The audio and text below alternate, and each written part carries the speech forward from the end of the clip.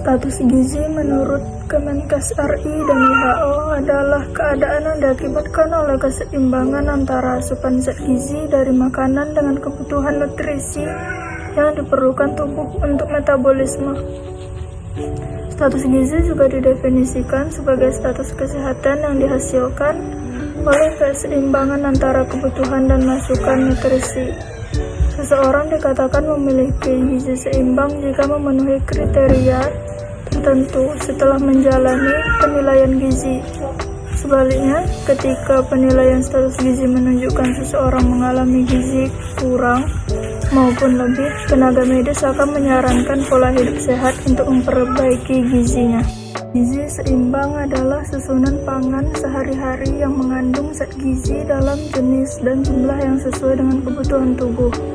Dengan memperhatikan prinsip keanekaragaman pangan, aktivitas fisik, perilaku hidup bersih, dan memantau berat badan secara teratur dalam rangka mempertahankan berat badan normal untuk mencegah masalah gizi.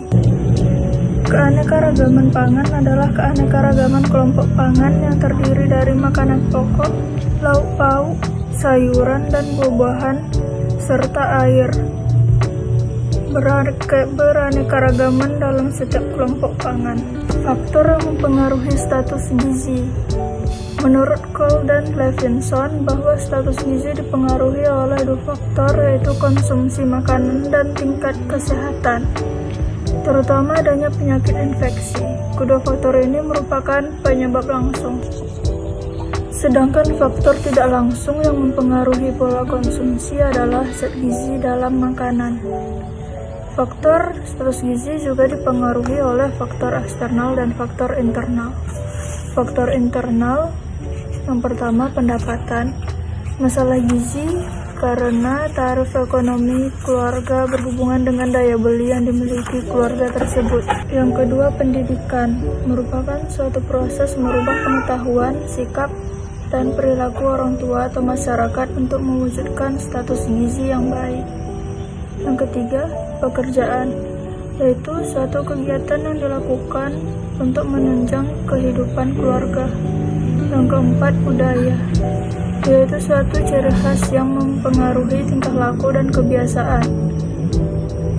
Kita masuk kepada faktor eksternal. Yang pertama itu usia. Usia mempengaruhi kemampuan atau pengalaman yang dimiliki orang tua dalam pemberian nutrisi anak balita. Yang kedua, kondisi fisik memerlukan pangan khusus karena status kesehatan yang buruk.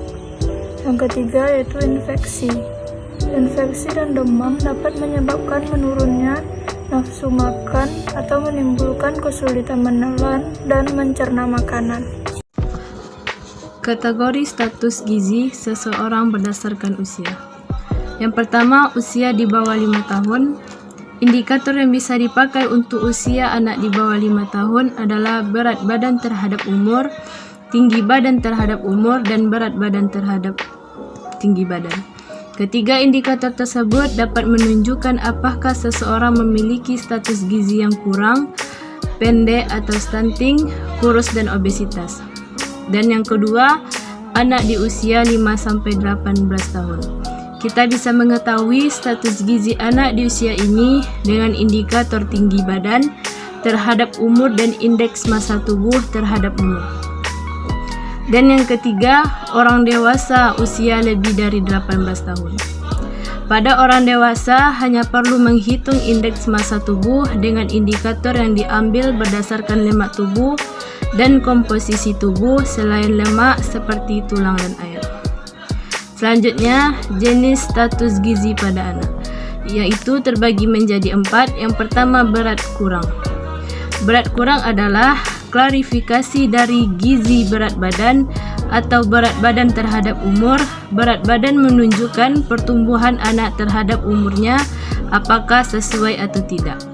Dan yang kedua, pendek atau stunting, adalah penjelasan dari indikator tinggi badan terhadap umur anak.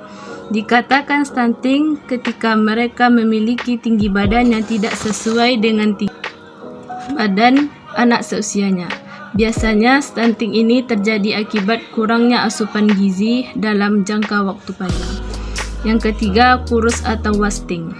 Adalah anak yang dikatakan kurus yaitu kerana yang memiliki berat badan rendah dan tidak sesuai dengan tinggi badan yang dimilikinya. Wasting biasanya terjadi pada anak selama masa penyapihan atau selama 2 tahun pertama kehidupannya. Dan yang keempat adalah gemuk. Adalah anak dikatakan mengalami kegemukan ketika mempunyai berat badan terlebih terhadap tinggi badan yang dia miliki. D. Cara melakukan penilaian status gizi. Secara garis besar terdapat 2 cara melakukan penilaian status gizi, yakni secara langsung maupun tidak. 1. Penilaian status gizi secara langsung terbagi menjadi 3, yakni 1. Antropometri, 2. Pemeriksaan klinis, 3. Pemeriksaan labor. Antropometri.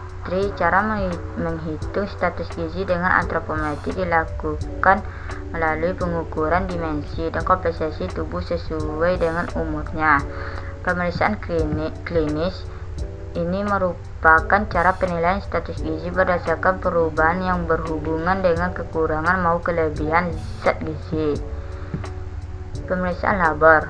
Pemeriksaan labor yaitu pemeriksaan biokimia, dikenal juga dengan istilah cek lab. 2. Pemeriksaan status gizi secara tidak langsung terbagi menjadi 3, yaitu 1. Servis konsumsi makanan, 2. Pemeriksaan klinis, 3. Faktor ekologi. Servis konsumsi makanan. Cara menghitung status gizi dengan antropometri dilakukan melalui pengukuran dimensi dan komposisi tubuh sesuai dengan umurnya. Pemeriksaan klinis ini berdasarkan penilaian status gizi berdasarkan perubahan yang berhubungan dengan kekurangan maupun kelebihan zat gizi. Faktor ekologi. Penilaian status gizi berdasarkan faktor ekologi dimiliki karena masalah gizi dapat muncul akibat interaksi beberapa faktor ekologi seperti faktor biologi, fisik, dan lingkungan budaya. Pengukuran tingkat konsumsi makanan. Menurut Suparyasa, Bakteri, dan Fajar 2016, ada 4 metode pengukuran konsumsi makanan untuk individu. Antara lain 1. Metode food local 24 jam, metode estimate food local, metode penimbangan makanan, metode riwayat makanan. Metode food local 24 jam.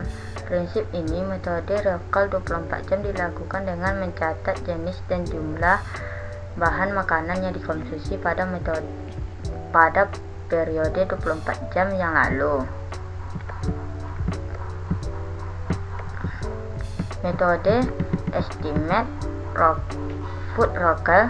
Metode ini disebut juga food records atau diary record yang digunakan untuk mencatat jumlah yang dikonsumsi. Kalau metode penimbangan makanan, yakni responden atau petugas penimbangan atau mencatat seluruh makanan yang dikonsumsi selama 1 hari. Sedangkan metode riwayat makanan, metode ini bersifat kualitatif karena memberikan pengembangan pola konsumsi berdasarkan pengamatan dalam waktu yang cukup lama, seperti bisa 1 minggu, 1 bulan, dan 1 tahun.